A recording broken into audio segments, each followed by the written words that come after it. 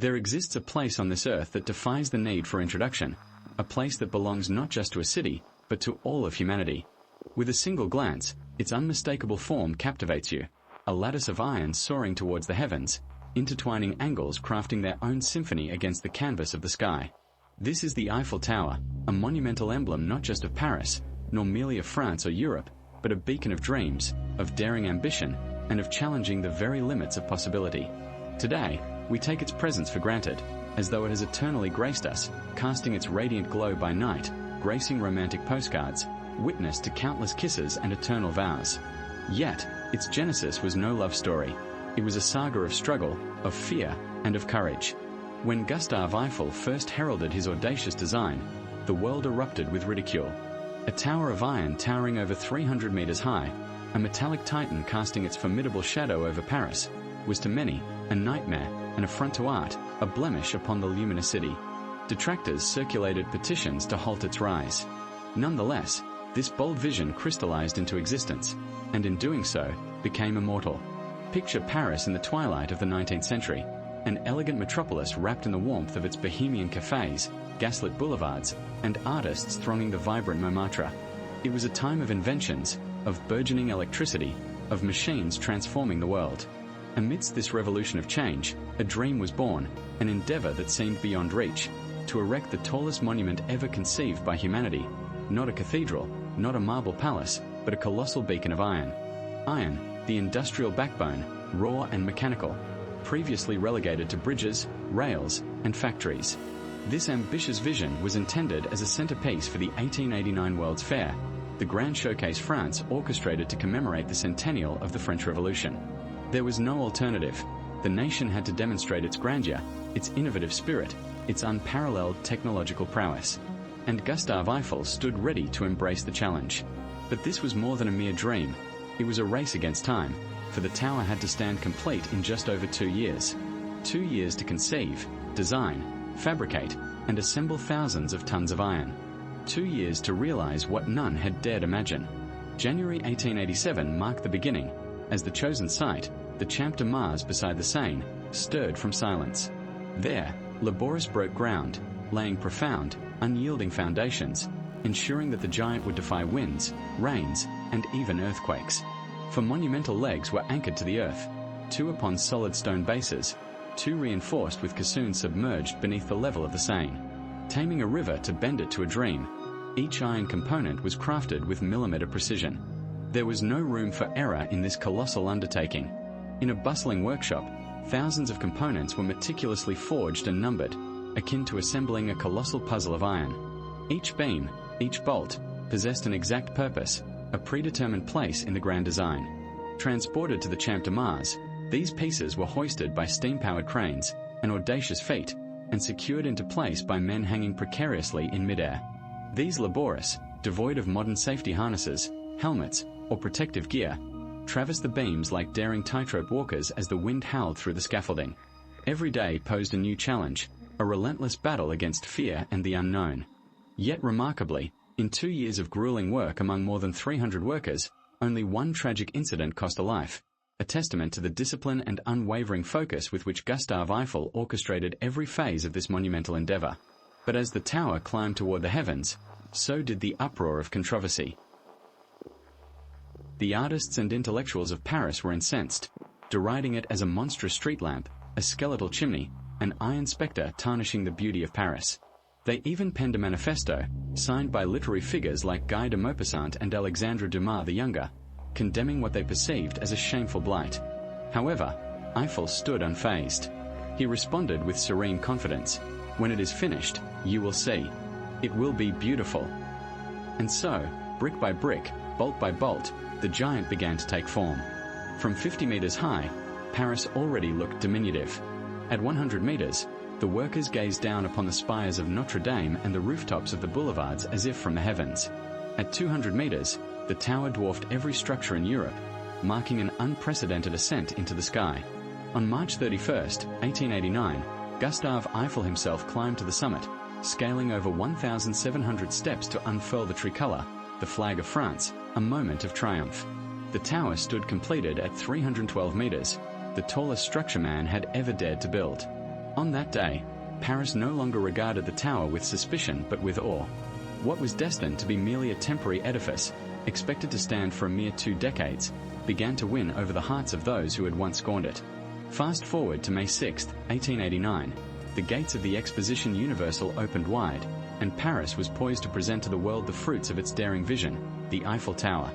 Millions poured in from across the globe, travelers from America, explorers from Japan, and adventurers from India, all drawn by the tales of this iron marvel towering over the cityscape. Confronted by its immense stature, some visitors found themselves intimidated by this alien giant, this metallic titan seemingly descended from the future. Yet, others were utterly captivated, for never in humanity's history had anything of such grandeur been constructed.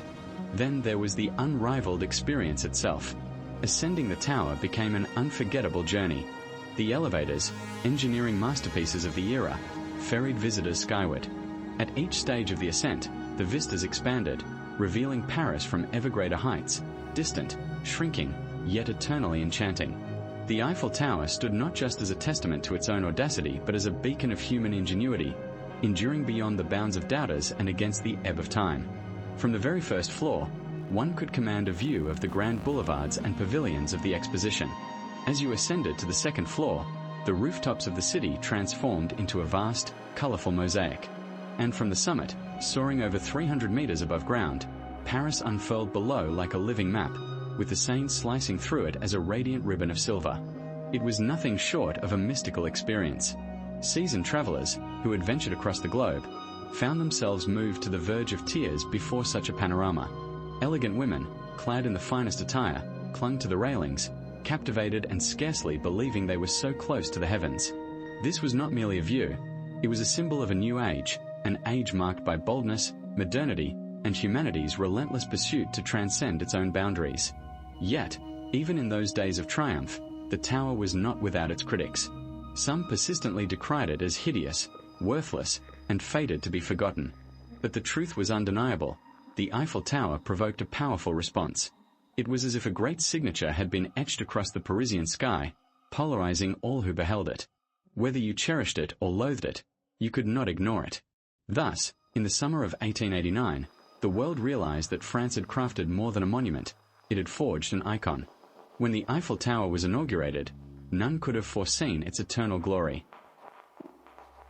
Originally built with a contract limiting its life to a mere 20 years, it was intended to be dismantled by 1909, returned piece by piece to the city, restoring the Champ de Mars to its former state.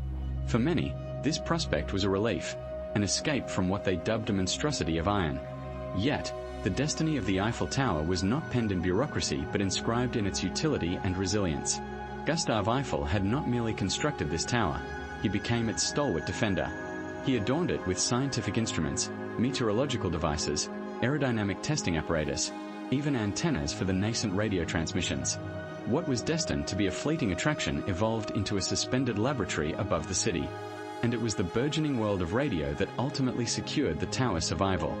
When the French military realized that signals could be sent and received over vast distances from its peak, the sentence of demolition was lifted. The tower was no longer simply a symbol. It became a vigilant sentinel, an ever-watchful eye over the world. As the 20th century dawned, Paris hurtled towards modernity, and the Eiffel Tower began to metamorphose in its symbolism.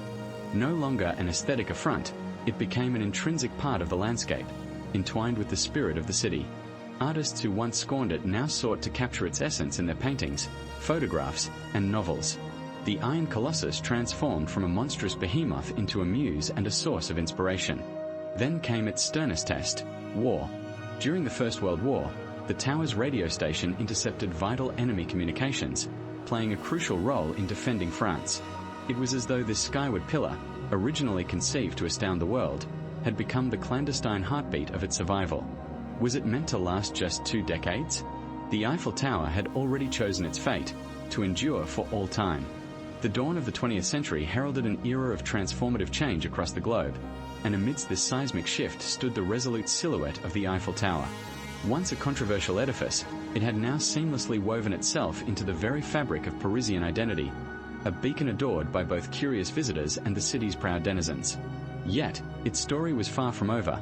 Fate had more chapters to write, filled with drama and silent defiance. As the storm of the Second World War gathered, France found itself in the throes of Nazi occupation, casting a shadow upon the City of Light. In these dire times, the Eiffel Tower was more than just an iron giant. It was transformed into a silent emblem of resistance. The legend tells of a bold act when Adolf Hitler came to survey conquered Paris.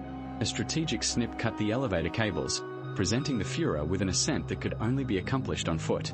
The Führer never rose to the occasion, and in that subtle defiance, the tower became a towering pillar of national pride. Through the war's darkest nights, it stood unwavering, a vigilant guardian over the besieged city.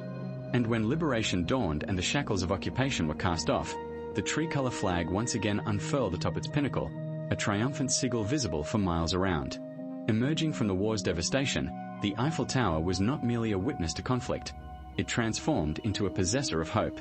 As Paris shook off the dust of war and began to pulse with life anew, the tower became its crowning glory, a shimmering invitation to the world. With each ignition of its radiant lights, the city seemed to proclaim a resounding statement: "We have returned, stronger and more vibrant than ever." The year 1985 marked another transformation, as a sophisticated new lighting system turned the tower into an enchanting nocturnal jewel, dazzling and mesmerizing all who gazed upon it.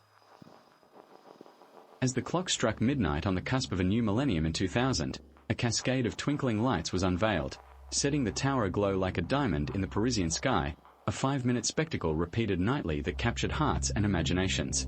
From that moment onwards, the Eiffel Tower transcended the role of a mere monument, evolving into an event, a nightly ritual, an emotion renewed with each setting sun.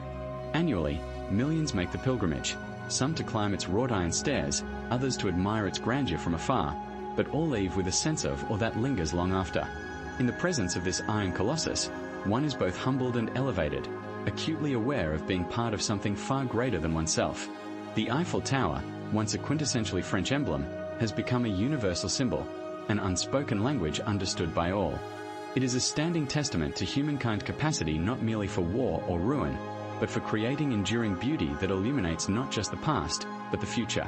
Every time its outline pierces the Parisian skyline, it serves as a poignant reminder that the boldest